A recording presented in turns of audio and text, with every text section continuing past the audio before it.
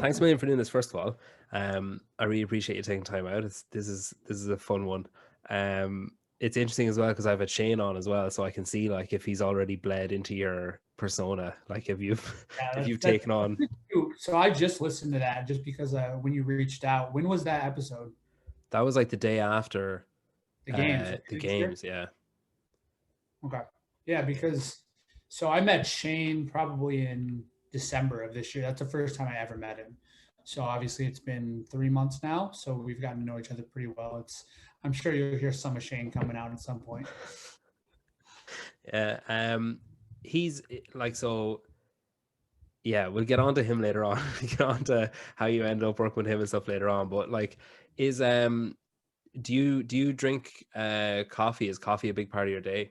Yes, huge part of my day. Yeah. So my fiance and I, and she's even crazier because she just got into PA school, so like physician's assistant school, and she goes through so much coffee now because she's got class from like, and with training, she goes through like 7 a.m. to 7 p.m. just slamming all day long. So we got an espresso machine that we just got, which has been huge for us, and then we make our own coffee from there as well. And she is she with Mayhem Freedom, Yeah, so she just signed on with them in February. and she started college this year as well. Yeah, yeah. So we it's kind of crazy because we thought she was retired. Like with her starting school and the requirements that they needed from her, we thought it was going to be over. Then the affiliate cup rules came out, and we were like, the rule was you had to be 100 miles from your affiliate. And we looked it up. Like Mayhem was 80, so we're like, oh geez. So Rich is definitely going to ask. Like it's going to come up. So we had the discussion. We said, hey, if he asks, like as long as they're good with them knowing like you're not going to be able to give 100% to just training alone. Like if they're okay with that, let's do it. Like let's see what happens. He was definitely interested just because I don't know if you know Andrea as well, her teammate. Um, he got in contact with both of them, and Andrea moved down here with us too, so she could be on the team. So it kind of all molded together really quickly when the affiliate rules came out, but it's been crazy for her with school going on. That's for sure. And how far away are you? You're 80 miles. Do you live 80 miles away? Yeah, so we're in Knoxville, and then Cookeville is kind of in the middle of Nashville and Knoxville. So like I go to Nashville, she goes to Cookeville. So Cookeville is 80 miles, and then Nashville is probably like 120 plus a little bit. So I do How do you get to Nashville? I just drive. Yeah, it's like a little over 2 hours, but like the way we set up our training right now, especially with the Open and the quarterfinals, I just show up on like Wednesday or Thursday and stay till Monday. Oh, So it's okay. not a big deal when you're only doing it like once every 5 days. And then she goes to Mayhem, probably like kind of the same deal. Like her classes will get out Thursday and she'll head up there Thursday through Sunday so she can hit the requirements. And then since Andrea is not in school, she's there all the time. Yeah. So as long as they hit that over 50% of their training, they're good to go as far as the rules go. Okay.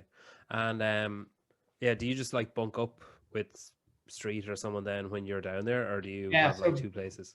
when T and Shane were in South Korea, I've known Street for a while. So I was staying on his air mattress in his apartment. He's got a nice little 1 bedroom. So he pulled out the nice Airbnb air mattress for me. But now I just stay with T and Shane whenever I'm there now because it's pretty crazy. Like, I don't know if you've talked to them recently, but they have had a hard time in Nashville Yeah. finding a place to live because like Nashville, I don't know if you know much about Nashville, but it's just booming. Like everyone's moving there. Like since California shut down, everyone's moving to Tennessee, just like tax purposes and things like that. But they've been on their like fifth Airbnb since I've been there with them. So it's like every time I show up, I got a new place to sleep and checking out the Airbnb scene around Nashville. It's like a weird CrossFit cribs or something. It really like we should have done episodes from all of them, Yeah. to be honest. We could have rated them. It could have been like a bar stool, like, we'll stay one night and then we move on and we'll rate you. Yeah. Is it Iowa you lived in prior to Tennessee? Yeah, so that's where CrossFit OC3 was. Yeah. That's where I was head coaching before this. And then before that, I grew up and was working in Michigan basically my whole life. So Michigan, Iowa, and now Tennessee. Yeah. And then was she on the OC3 team that podiumed? When was that? Like Eight. 2017, 18? Yeah, yeah. She's been on their team since 2015. Wow. So she's been there. She got recruited out of there right out of college. So she's been with them. This will be the only other team outside of a few super teams in the last season that she's been on affiliate wise. Yeah. And were you involved with coaching that team, or were you doing like, say, like affiliate coaching, if you know what I mean, when you were there? Both. Yeah. It wasn't until I came that 18 year. So like, obviously I helped them with training and everything going on. I was just getting my foot in the door with the higher level competition, but yeah, that's where I really Straight in at the top. exactly. That was the thing. I was just telling somebody about this the other day. It was like thrown in and either figure it out or you're going to fail. Like it was either you're going to quit coaching after this year or you're going to coach forever. That's kind of how it felt at that point. But I learned so much from them in a year. That's kind of just what springboarded me to working with Tia and Shane. Yeah, I listened to an episode of I think it's a PVA podcast you're on kind of recently enough. Yeah. And you mentioned that was your first podcast that you did. Yeah. Like, have you, because obviously like things have changed a lot for you where, you know, there's a real spotlight on Tia and Shane. So anyone that's associated with that is going to get more attention and is going to get more, like, I guess, requests and stuff. Is that like something that you've kind of found yourself having to get used to, or is it something that you took in your stride? Yeah, it was funny because I never really thought about it at all. And then kind of at the same time it was happening for my fiance, Taylor, we just started getting all these podcast requests because obviously she had just gone to Mayhem. I just signed with Proven. So it was interesting because I was like, no, you don't want to talk to me. Like, what did I have to say to you? Like you just interviewed Dave Castro. What are we going to talk about? But it's cool now to see the opposite side because we do coach so many athletes on Proven, like just the amount of communication that happens daily. Like there's a ton of people that look for us for advice, that look for us for daily communication. So it's cool to think that way, like anything that I could impart on people, even from a podcast, like if you want to listen, that's great. It's cool with me. And I'll be honest with you, like podcasting, when I got into CrossFit, I was like, man, one day I want to be on a podcast. Like that's cool. Like podcasts, you know, when they were brand new, like not everybody was doing them. They're still cool, man. Yeah, like 2000, probably like 16. Like it was kind of new. Like I don't know if you ever listened to what was the big one? Wadcast. Oh yeah. Have you ever listened to that one? The first kind of CrossFit one. I listened because I drove like an hour every day to work. I would listen to that all the time. So I was like, yeah, one day I'm going to be on a podcast. That's cool. And then when it came, I was like, I don't know if I should be doing this, but I'll jump on. If they want to listen, they can. Yeah. No, it's interesting. I'd say a lot of people share that thing of like, what do you want to talk to me for? Like, you know, what are you hoping? You know, like, I think people just have that. Well, some people, so there's some people with nothing to say who think that everyone should be listening to them anyway. But those are the people that usually start their own podcast. All right, okay, calm down. But I think I think it is a commonly held probably misconception, I suppose, that people have of themselves, of like that humility, where humility turns into like almost shyness, where it's like, oh, but I wouldn't know what to talk about or what to say, or I don't have anything interesting to say. And I've heard that loads when I've asked people, and it's kind of like, you know, I suppose it's up to me to get something out of the person that I'm talking to. Like, you know, I've only ever asked people to come on that I think do have some kind of value that could be shared. And I think even from, you know, the snippets of little videos and stuff that I've seen on the Proven page and stuff, like, you're clearly an intelligent guy, and you, like, you know, you say like, oh, I just, like, you know, was there in 2018 and, you know, had to learn or whatever. I mean, you clearly fucking did learn, or it would have been a shit show and it wasn't, and you wouldn't have ended up where you are now as well. So I think there is value there, and I suppose it's my duty to rinse it out of you and squeeze you dry and then move on to the next one. Exactly. No, I think it's cool because, I mean, I've only done the one other with PVA, and it was awesome. Like, he was super easy to talk to. I think, like, as long as you guys like have that platform where you can pull information out of people and kind of pull the curtain back on what they're doing, like that's why you have listeners, right? Like, I could be the most boring person, like full of like a humble person, but like if you can pull it out, just like you did with Shane, like everything I heard with Shane, he's like the most humble guy you ever talk to. But like once you get him talking about CrossFit and coaching, like gold nuggets all over the place. Like he'll give you the best information in the world.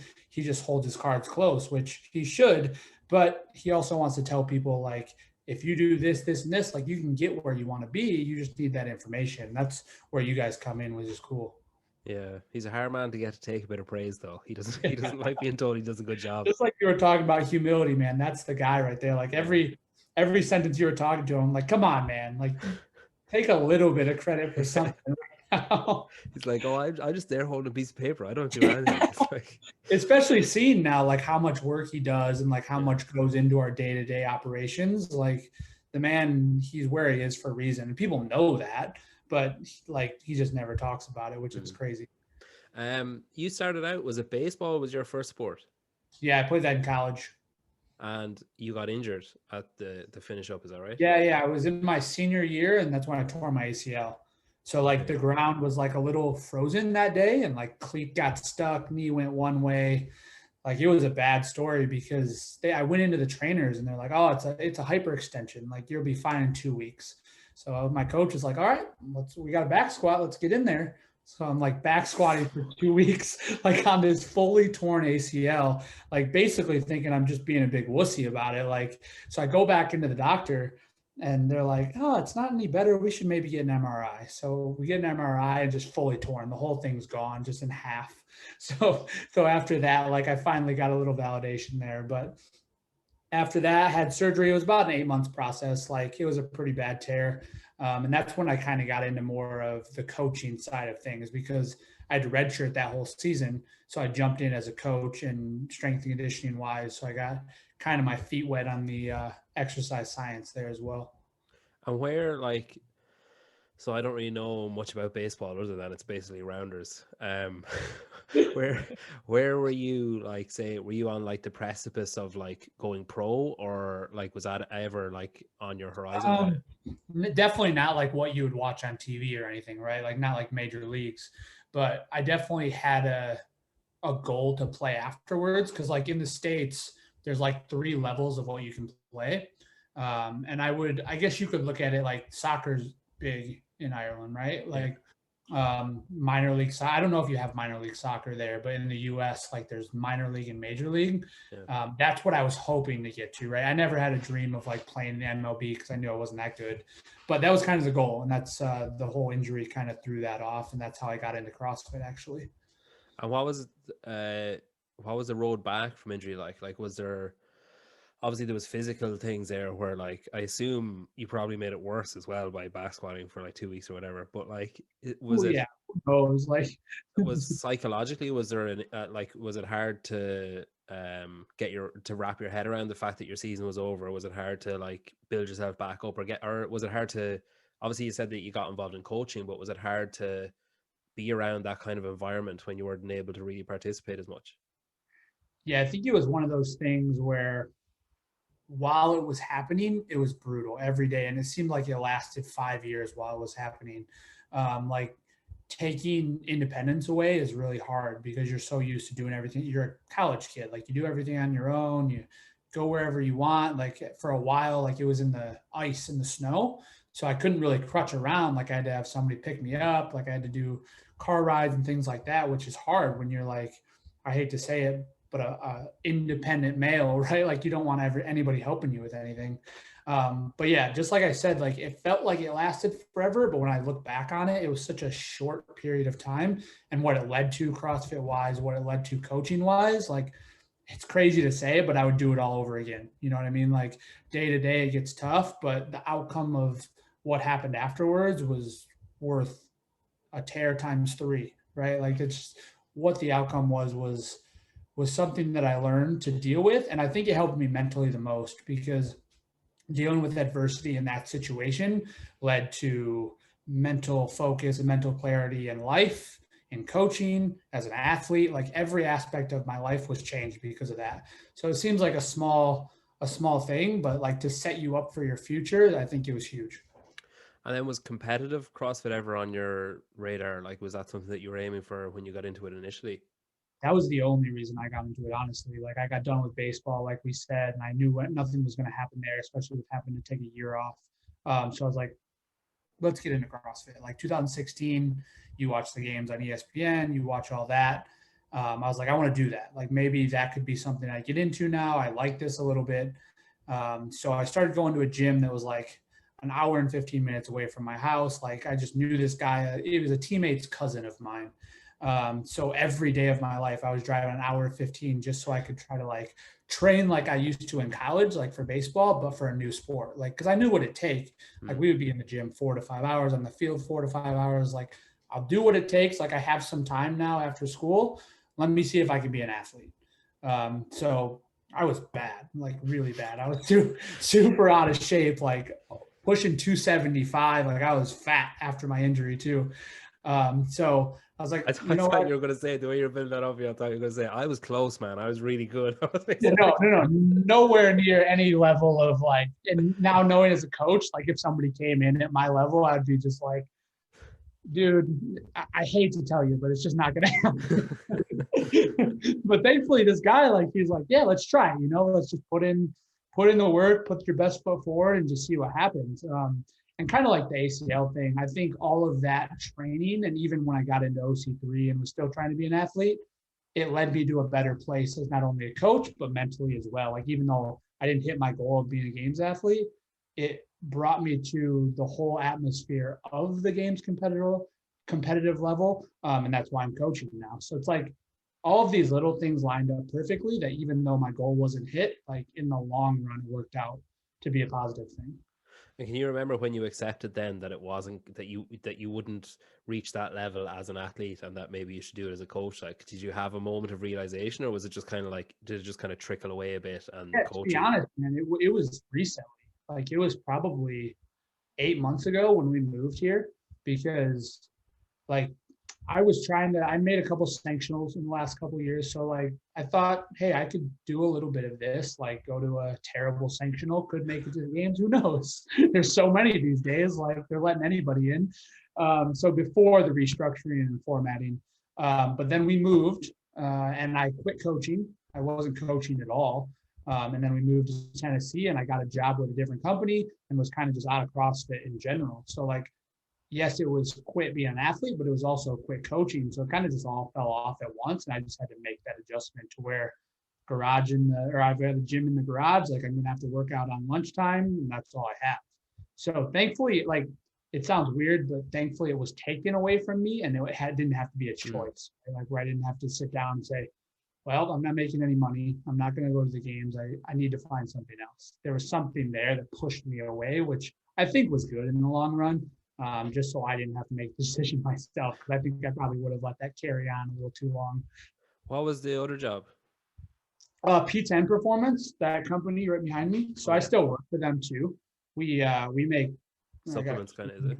Yeah, like RTDs. Oh yeah. So kind of like it's a better for you energy drink, and then there's some that don't have caffeine at all either. So that's based out of Houston, Texas. So I work with them as well. Okay. And how did so if you left coaching, how did that come about? Yeah, that was nuts. Because like I said, it was probably August when I just quit. And I was like, I'm probably done coaching. Like I got this job. It's a good job. It's still in fitness, which I love, but it's also using kind of my marketing degree that I had in college. So this will probably be more of a long-term play for me as I get older. And then December, I think it was November or December, Proven had posted on social media, hey, we're just looking for a programmer for Proven. Like it'll be a less than part-time job. Just send your resumes over and we'll be in touch. And I think Shane said they got hundreds of applicants, obviously, like just because it's a great opportunity with them. Shane and I got talking. We went through about 3 interviews and they finally had me out for a final interview where I went to Nashville, sat down with everybody. And at the time it was just Tia, Shane, and Brooke, because they were looking for a coach for Brooke. They didn't advertise that at all. So that's when I sat down and I was like, this is interesting. This could be a really cool opportunity to kind of mesh everything together. So that was like a flip switched really fast to where I was like, this could be like a cool part-time, like do on the weekends. I can get all my programming done, just make a little cash on the side to, oh, this is going to be like your new job. Like this is your new career. You're going to be coaching with Shane from now on and coaching Brooke. Yeah. And then like, it seemed to snowball pretty quickly. So it was like, it was Tia and Shane and it was Proven and it was, I suppose even looking at it from the outset, when I saw it first launched, I assumed like, oh, individual programming, you know, for I guess similar to what Matt's doing now with his programming, the hard work pays off thing. Like if that kind of idea, I guess, that anyone can sign up and, you know, participate or whatever. And then it was like, oh, we're announcing an athlete. And then it was, you know, like the Brooke thing was announced, and then the outline. And to my grave, I will boast about the fact that I recognize Alex Smith and Will Morad based off their silhouette. That's a piece of pride that I'll never let go of. But yeah, that was like, I think, I don't know, like to take people by surprise. I suppose like if you're watching, you would have been like, oh, Brooke's training there, and so is Will, and Alex there a lot, and he's now moving there. So like you could probably put the pieces together. But I guess at the start of Proven, I don't think people were expecting that it was going to be like a, you know, like a Ben Bergeron kind of a camp. Like a group, like live-in group together. Was that something that, like, say when you applied or when you chatted Shane originally, was that something that seemed to be the plan at that time? Yeah, that's what was crazy, and people don't know this, I don't think, is like they posted this job in December, and then I was called back and had that interview, like I said, in Nashville. And during that time, like in the exact same span of days, the guys all met with Shane as well. And they're like, hey, we want to join. So like everything, they did not plan this at all. Brooke was the only plan to be. So it was going to be Tia, Brooke, Shane, and then one other coach. So during all that time, the guys went and met with Shane. They're like, so it was Will, Alec, and Street. And they met with Shane. They're like, hey, we would love to, we're training with Brooke all the time anyways. Is there any way that we could kind of get programming from you? They weren't even asking for like coaching or anything, I don't think. They just kind of wanted programming as well, so they could jump in at Trivium and do whatever she was doing. So then Shane, being the business guy, and even Tia being the business owners that they are, they're like, here's a little bit of opportunity. Like comp train's over here doing this. You got a couple other camps doing this. Like we should just get in the ring and see what happens. So I go home after that interview, and the next day Shane calls me at like 9 p.m. and I answer the phone. I was like, man, I hope this is good news. But he calls me. He goes, hey, can you be in Cookeville tomorrow at like 9 a.m.? So like not even 12 hours later.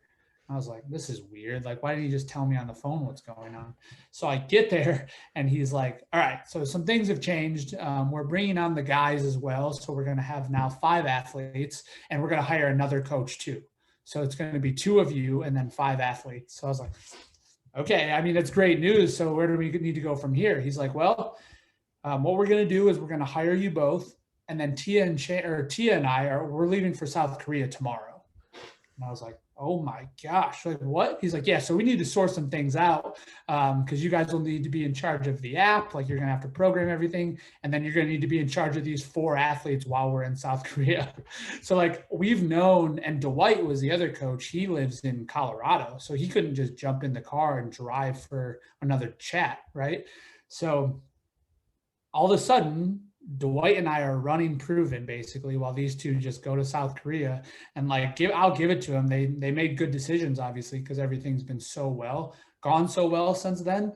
But like they just left the brand in our hands without really knowing us. Like I'd known him for 48 hours total at that point.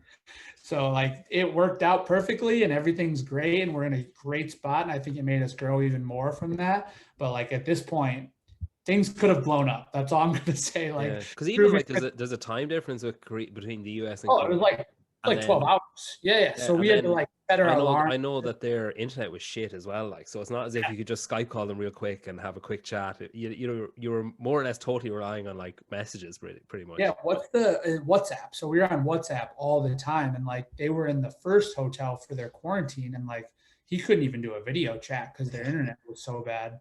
So we're like trying to get to know each other, trying to get business done, trying to talk about coaching. Like I can imagine like you and Dwight sitting there being like, well, I put in an emoji. Do you think he's an emoji guy? Exactly. And I don't know Dwight either. Like I've never met Dwight in my life. So like we're all just trying to figure this out as we go. Yeah. Thankfully, like, Shane, like he's super easy to talk to, super easy to communicate with. It just took a bunch of back and forth for that first month, which was good. And then Was it stressful? Them was it more stressful them being away and you having like, their baby in your hands at its, I guess its outset or at its starting point, like in its like germination or whatever, or was it more stressful, say the week before when you knew they were coming back and you were like, oh fuck, I really hope I haven't done anything like wrong, or they're gonna be like, oh, you shouldn't be doing that, like. yeah, you're right. Because like, and that was the thing with our online platform just skyrocketed once these athletes got announced. Yeah. So like this was the first time they really had to worry about like having thousands of athletes on a platform, having to deal with that communication. So like it was a big confidence test for both Dwight and I, because we're like, you can't second guess any of this because it needs to happen now. Like just do what you have always done. Like trust your coaching, trust your preparation. Shane clearly trusts you for some reason. He sees something in you, right? So like just do what you got to do, and then when he gets back, we'll kind of debrief and see what's going on. So like I kind of just had to turn that switch off to where put it down, go with it, and then like just trust your training. And then when he got back, you're right. Like that was the big when he was in person, like seeing the coaching cues in person, having him talk to me in person, that was way scarier than it was being in like a different time zone where I could just trust my own programming, because he taught me a lot in those first 2 months he was back, just to kind of see like how he handled day-to-day things and how he handled interactions with the athletes in WODs and out of WODs in real time. That's where I learned the most from him, because like programming things didn't really change. We had talked so much, and like my programming lined up with his so much where it wasn't a big deal. So the app was fine. Like everything was good with the athletes. But when it came down to the 5 kind of, I'll call them sponsored athletes that we have at Trivium, that's where I've learned the most in the last 2 months from him. Yeah. Like, were you ever like, I suppose it sounds like it happened so quickly you probably didn't have time to think about it, but did you ever have any reservations about like, because obviously Shane and Tia, like, it's a remarkable opportunity, but if you veered away from coaching, it's a pretty intense way to veer back. Yeah, it was, and that was the thing too, because I had my mindset that this was like we talked about, that part-time job. So I kind of had, with my other job, I had it all laid out. This is a part-time job. You're now running the company. We're going to Korea. This is on you. If it fails, good luck. You are now the registered owner for the next. Yeah, I got the LLC, something in the mail. But it had to be a big shift in schedule. And that was another thing, like, because I was training pretty hard still, like in the garage. I went to a gym over here. Chase Hill, who's on Mayhem now. Yeah. So he's in the same town I'm in. Okay. So I was still going to the gym with him, training for 3-4 hours a day. Like it was fun. But after that, it was like no more. Like you get an hour to work out in the garage because this is your life now. So it was like it was a big mindset shift, but having the opportunity to work with Proven as a big company it is, like it made it like a no-brainer. Like I think if it was more of a startup and the work was just trying to get more people to sign up or trying to get people to notice the brand, it may not have been an easy transition. I would have thought twice about it. But being with Tia and Shane, it was kind of a no-brainer.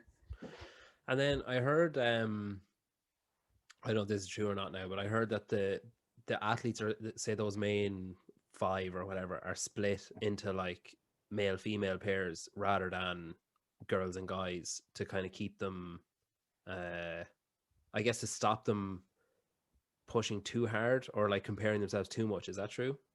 Yeah, especially with the females. So Shane, and that was kind of Shane's biggest thing when he met with us at first. He's like, now that Brooke's coming on, we want to make sure that her and Tia are not training together every day. Because if you're doing, and this happens a lot, and it's been in my experience too, at the highest levels of CrossFit, the female athletes just tend to compare to each other way too much. Like the guys can find a good competitive atmosphere if they do train together, I've found.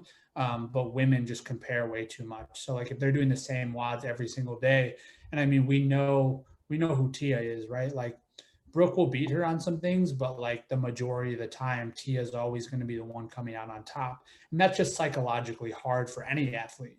Mm-hmm. So what we do is I'm coaching Brooke and Will, and then Dwight is with Street and Alec. And Street and Alec work great together. They have differing strengths and weaknesses, so they have different programs there. But the cool thing with Brooke and Will is they're kind of the same athlete when it comes to a programming standpoint. So I can kind of just give their programs to them and they go at it in the gym, which is awesome. And they have a really good repertoire where they can compete against each other. But since the kind of the stimulus of those WODs between a guy and a girl are so different, it doesn't really affect much. Yeah. So like twice a week now, all 5 of us will be together, and then the rest of the time we'll split off in those pairs. And then Shane works with Tia solo, basically, is it? Yeah. So every day, Tia and Shane are at what's called East Nashville CrossFit. Yeah. You've probably seen that in the videos, but it's a huge gym. It's a crazy nice gym, and they'll go there 6 days a week, and then the individual groups of the other 4 will be at Trivium, and they have their own programming there. And then, like I said, twice a week, everyone will go over to East Nashville, and that's when we kind of throw in those more competitive style WODs, especially when we go into the open and the semifinal, to where we can break down a whole day of like a mock event like we do for the quarterfinals, and we'll just see where people land. And that gives us good information as coaches too. Like, how have you found it? So obviously, like, Will and Brooke have been, they've been around a while. They've been training at a really high level. They've been performing at a really high level and working with like really well respected coaches. Like Brooke was with CompTrain for a long time, and Will was at like Max at Training Think Tank for a long time. Like, was there any concern from their part, or was there any apprehension from your part of like changing things or changing things too much? Like, did you find that you're having to explain why you were changing things or doing things differently, or was it kind of accepted that like, well, if this is the proven way, I mean, it literally has been proven to work, so I'll just go with it? Yeah, I think I'll say with Brooke, and I'll say this to anyone, she has been amazing to work with because she's bought in fully to everything we're doing. She trusts Shane fully. And like, it's funny because at the beginning, I was basically programming most of the week for all 5 of them, because I was the one that was close going back and forth and Shane wasn't here. But I would just hide behind Shane. I'd be like, yep, this is Shane stuff. Like, this is what he wants you to do this week. Because I did like, in the case something goes wrong and Shane hears about this, like, I don't want him to blow up in my face because like I'm brand new. So, but no, everything's worked out great. And she's trusted us with everything. And the changes she's made in the last 3 months, it's going to be amazing for people to see, because you're going to see some of those weaknesses she's had in the past for years. We've really started to eliminate them, which is like, it's all kudos to her because she's bought in and she's never thought twice about it. Because I mean, she sees what Tia has done, right? She's gone from where she started and what Shane's made her into now. Like, Brooke started at even a higher level than Tia, I would say, from the ground floor. Like, there's so much more she can do from here even, which is cool. On Will, it was cool to work with Will because Will's got, like you said, he's been around a long time. Like, he's probably the most OG of any of our athletes. And working with Max, they talk programming a lot. Will actually runs some of his own individual athletes that he programs for. So he knows the programming side of things. Like, and the coolest thing about that was to have conversations with him and changes that fit his style of training. So he was one of those guys that he would look at something on paper and he would ask why. He would ask, why am I doing this like this? I like to work this way. And he wouldn't fight it. He wouldn't like try to go against the grain. He just wanted to understand why exactly we were doing something different than he'd done in the past. And he saw the benefit of it. And I think that's what was really cool to see, because the conversations we had have brought him to a better place now. And I think he's kind of looked at the opposite side of maybe what they did in Training Think Tank, or kind of the reverse side of the coin, if you want to say that. So he's got kind of the whole picture now, to where if he does have something come up, like he's had some back problems or injuries or whatnot, he knows exactly what he should do for that. But then he knows when he's ready to go to the games, like, we're going to be there to take care of him. So both of them, like, we couldn't be any happier with them. And I know Dwight would say the same thing with Street and Alec.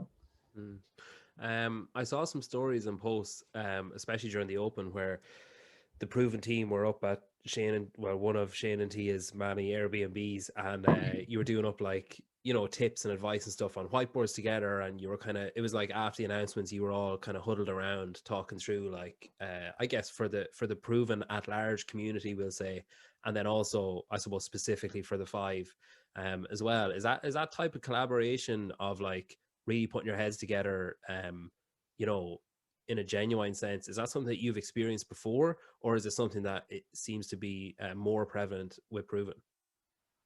Yeah, that was something that I really haven't done much of. Like every programming opportunity and coaching role that I've had has kind of been more individual, or as a couple people that just kind of filled in the blanks. So you would send this, I would send this, and we would just put it out.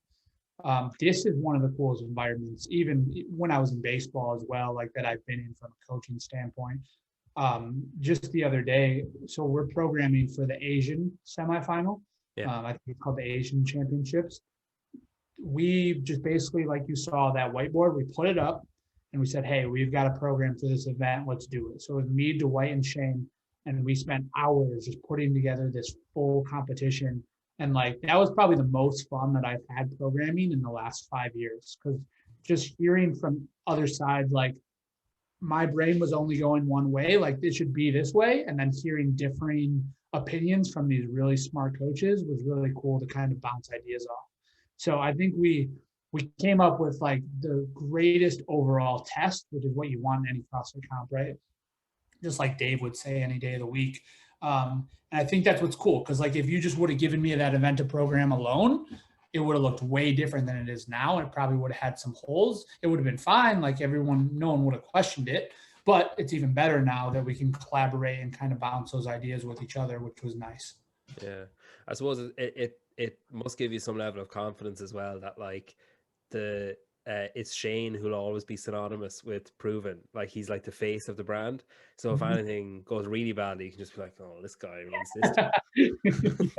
Yeah, exactly. Like he just told me to do this. I don't know what to tell you, man. Like he's the head guy. Yeah. But he's been so good with us, just giving us some freedom to like figure things out as well, though. Because I mean, like we just said, he's trusted us from day one.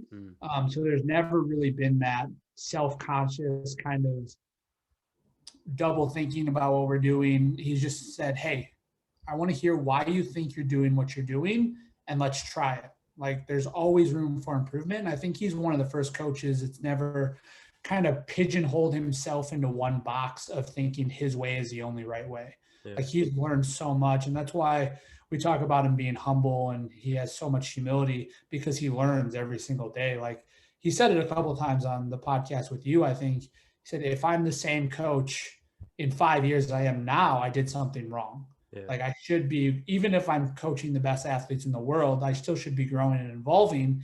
And that's what he's, even if we see it or not, that's what he's instilling in us as coaches. And that's what he's instilling as the athletes as well. Because we want them to start thinking for themselves. We're going to be there to guide them along the way. But if they can start thinking through things as an athlete mentally, once they're on the floor, there's going to be that switch to where they don't need us. And that's what we want. Like at the end of the day, they should be able to think for themselves.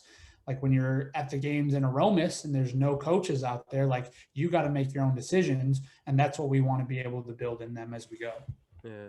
What's the atmosphere like there now? So obviously at the time of recording, we're like the day before quarterfinals are announced and stuff. And then you've got semifinals coming up. Like, has there been a shift in atmosphere since, say, December to now? Have you noticed like it turning up week by week? Yeah, I would say in January was when I started. January through like March, so last month, things have been super lax. Like we just wanted them to kind of enjoy their training, still work really hard day to day, but don't go too hard mentally. Like go have a weekend if you want, like you're fine. You don't need to worry about it at this point of the season. Now that the Open, and through the Open, we did the same thing. We didn't want them stressing about the Open. No one redid anything. Like it just didn't matter because that 10% was so wide. I'm really interested to see, like I'm going back tomorrow for the whole quarterfinal series. It's going to be more competitive now. And I think Shane and I have even talked about it. I think we're going to kind of separate some people just because we want them giving their full effort and not racing the person next to them. So I think this will be really the first pillar of the season where we start seeing the more competitive side of the group. And then from here on out, like it's going to be just nose to the grindstone. Like it's time to no more weekends out. You need to really dial in your nutrition. You really need to dial in your recovery, and we're competing now because the games are close. Like it's going to come up really quick, and the end of July it's going to be on us sooner than we think. And then like So are you training the athletes, or will you be training the athletes, do you think, for the different scenarios?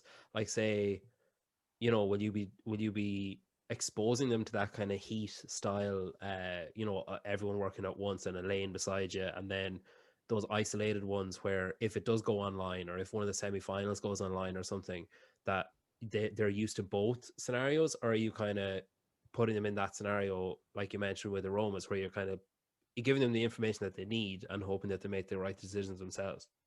Yeah, I think it's going to be our job to kind of have a breadth of training that it covers all of those.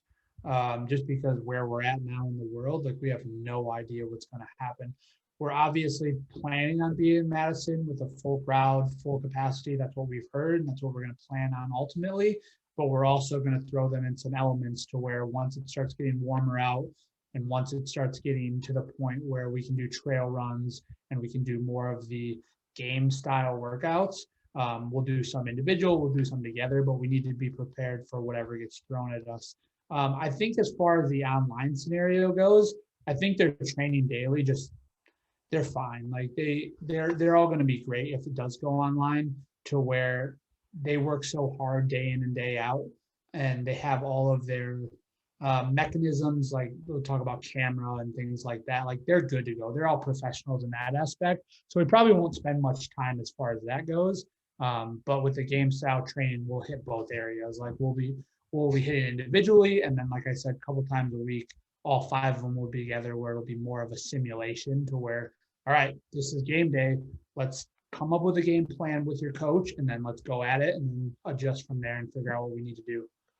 And then, like, do each of you have a different role when it comes to programming? Like, say, I know that Proven do like affiliate programming for, um, full gyms, we'll say, and then they also do like those kind of individual programs, and then you've got the five, uh, sponsored athletes, as you call them, and then you've also got like those kind of ebook type, I don't know what you call those, kind of like cookie cutter programs, I guess, of like the catch-all things.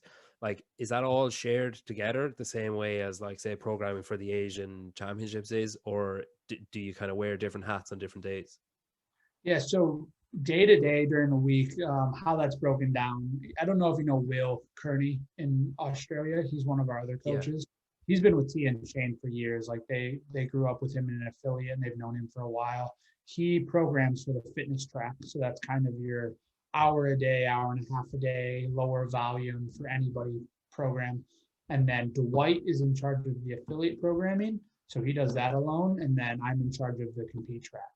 And since the compete track is based off what our athletes and what Tia does specifically, that's kind of just Shane and I work on that together. And then I'm the one that's in charge of inputting everything and then making sure that everybody's questions are answered. Communication is good from there. And then as far as our athletes go, like I'm in charge of Brooke and Will, like we broke it down, and then Dwight's in charge of Street and Alec. And then what Shane will do is just kind of program the week in advance, and then we'll just kind of input where we need to go with the individual athletes. So like you said, it's really collaborative across the whole board. I think the only thing that's individual is those proven platform tracks like we talked about. Yeah, one of my friends is doing he's doing the compete programming. I think he was kind of saying it's like a week behind what the five are doing, but he so when he started doing it, I was like, oh, send me, like, let me know what it's like, send me like a day, a sample day or something, just so out of curiosity or whatever. And like he sent me a message, like a screenshot back, and I was like, how many days is this? And he was like, oh, one. I was like, oh, Jesus Christ. He was like, yeah, I think I might not do the last bit. He was already like going like, I've made a mistake here, but he's loving it. Like, and he said himself, he's seeing the benefits of it. So yeah, it's cool to see. And I think it's nice that people get to have a taste of, I guess, what it takes, or like what level you need to be operating at. Even if you're doing it at a lower level, you can still get a flavor of what a day is like. Yeah, I think we're one of the few platforms that's really like stood by the fact that we're programming for games athletes. Like not many people are willing to like put that out there because they kind of want more inclusivity on that. But like if you sign up, like that's what you're going to get volume wise. Like you're going to have to do exactly what you're doing on this app if you want to be at a games level performer. The cool thing is we do program by levels. So like level 3 down to level 1, we're going to give you the options to pick what you need to hit the stimulus for the day. And I've even told people in the past, like if you're beat up by Wednesday from the volume and you're not used to it, drop one of the pieces. It's not going to kill you. We're just putting this program out for those athletes that want to follow exactly what they need to do to get to the games. That's what we're going to do. Yeah. So it's been nice to see that. And I've, like, to your point, I've had people email us that are like 2 days into the program, like, hey, I need to drop this to fitness. Like, I had no idea this is what it was going to be. And that's fine. Like, as long as people can be honest with themselves, it's good to see. And we're always there for the communication, which is nice. Yeah. Is it a strange environment to work in when you are on site, when you are in Nashville in Trivium? Is it like, I just imagine that there's cameras there all the fucking time because it's like, because those 5 are so in demand, and so like they work with so many companies. Like, even like I could name 5 for Alec, I could name 5 or 6 for Brooke, like, you know, each one individually, and then there's shared one as well. So is it just someone different there every day with a crew and cameras and all that kind of stuff? Yeah, we have our own crew even, like, for our YouTube channel. So like it's always someone. I don't think I've been in the gym yet to where there wasn't either a photographer or a videographer getting content. And the great thing, and this is half of their jobs, right? Like this is what brings these athletes their yearly salaries, really, because they can't be promised games money. Like anything can happen. So they got to do what they need to do weekly to get these deliverables for their sponsors. And I'll say, like, everyone we've ever worked with these guys have been super respectful. No one ever gets in the way. They're all true professionals, what they do. And you just kind of forget about it at some point. Like Shane had a microphone on the other day and he just like was wearing it for 5 hours because he forgot. Like, it's just one of those things where you get so in the zone coaching, you just don't remember any of it's around you. Yeah. He's like going to the toilet with his microphone on. Hanging out his back. Probably going to just start taking home equipment. We're just going to start seeing things online for sale. Have you visited Mayhem since Taylor's moved there? Yeah, so I went first 2 weekends that she went, just to kind of meet everybody and get a feel for things. Taylor and Andrea have been competing against Rich for 6 years. Like they know Rich really well.